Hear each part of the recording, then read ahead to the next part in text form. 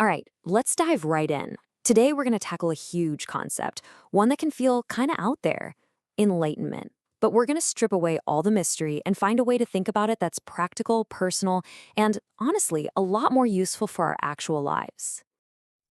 This simple idea, just live like flowing water, I think it captures something we're all looking for, right? That feeling of a life that's free of all that friction and resistance, where things just flow. It's that harmony, that sense of ease. It's a beautiful goal. But that's the million-dollar question, isn't it? How do we actually get there? So many of us, we try meditating, we read the books, we follow all the advice, but that feeling of flow still feels so far away. Well, what if the real problem is that we've been thinking about it all wrong from the very beginning? So, here's our game plan. First, we'll lock in on that universal goal.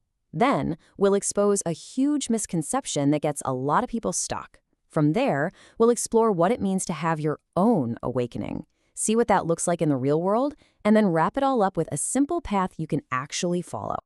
Okay, so let's start with what we all want. This isn't about floating on a cloud somewhere. It's about living a life that feels correct, where what you do and who you are just line up perfectly. It's that state where you're so fully yourself, doing exactly what you're here to do, that life just kind of unfolds naturally, just like water flowing down a hill. So why is it so hard to find that flow? Well, according to our source material, it all boils down to one giant misunderstanding. The Korean word for it is chakgak. See, we've been sold this idea that there's only one way to be enlightened. And so we end up chasing the shadow of somebody else, trying to copy a life that was never ours to begin with. And this slide lays it out perfectly. On the left, you've got the common idea. You have to achieve the exact same awakening as someone like Buddha. But think about it. That's an impossible task. You don't have his life, his problems, his mission. So trying to copy him is just setting yourself up to fail. The real insight over on the right is about finding your own enlightenment, one that's totally unique to you and your life. And this quote just nails it. It's a huge shift in thinking, right? It's not about becoming a poor copy of somebody else. It's about becoming the most authentic, fully realized version of yourself. The journey isn't out there trying to imitate someone. It's in here, discovering who you already are. So, this brings us to this really powerful core concept, Jagi Kedarum, or Jagi Kaderum. This is the key that unlocks everything. It literally means one's own awakening or self-realization.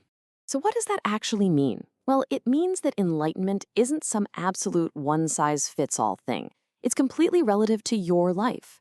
It's about understanding your role, your unique abilities, what the source calls your vessel, and then living that out perfectly. It means there isn't just one destination. There are billions of them, and each one is tailor-made. And this is probably the most empowering part of the whole idea. There's no ranking system here, no high or low. The awakening of a laborer who has mastered their work is just as complete, just as valid as the awakening of a president or a CEO. It totally levels the playing field and makes this idea accessible to every single one of us, right now, exactly as we are. Okay, so let's take this from a cool idea and make it super concrete. How does this Jagikakadiram actually show up in the real world? The source gives us some fantastic, down-to-earth examples. Let's start with a laborer. Their path to awakening isn't about ditching their job to go meditate for 20 years. No, it's found in the work itself. It's about mastering that work, doing it correctly, being fully present, and contributing that unique value to the world. That right there, that's their perfect fulfillment. Or how about a parent?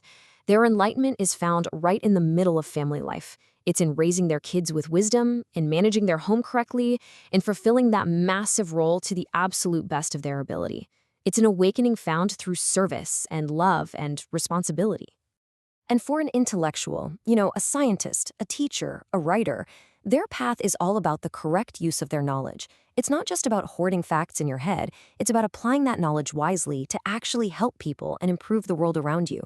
Their awakening is in the responsible use of their mind. And finally, a leader. Their enlightenment comes from guiding others correctly, making fair and just decisions, and really living up to the responsibilities of their position. See, each path is totally different, but they all lead to that same place of flow and deep satisfaction. Okay, so this all sounds amazing, but the big question is, how do we start? This last section is all about boiling this wisdom down into a really simple, practical framework. And it's not about adding a million new things to your to-do list. It's about engaging with the life you already have, just in a different way. Honestly, it comes down to these three simple things. First, just get clear on your position, right here, right now. What's your role? Student? Artist? Friend? Second, commit to doing that work, whatever it is, correctly, with your full attention. And third, well, the third step kind of takes care of itself. When you do that, you naturally realize your own enlightenment. It finds you. And the result of living like this? Well, we end up right back where we started. Your life just starts to flow. You stop needing other people to tell you you're doing a good job because you find this deep joy in the action itself. Peace isn't something you're desperately trying to find anymore. It's just your natural state of being. So we'll end on this question. The whole point of this has been to shift our focus away from some impossible external goal and toward an internal reality that's actually within reach. It's never been about becoming someone else. It's always been about becoming more fully yourself. So the real question to ask isn't if you can find this flowing life. It's what does your enlightenment look like? What is the work right in front of you that you are here to do correctly?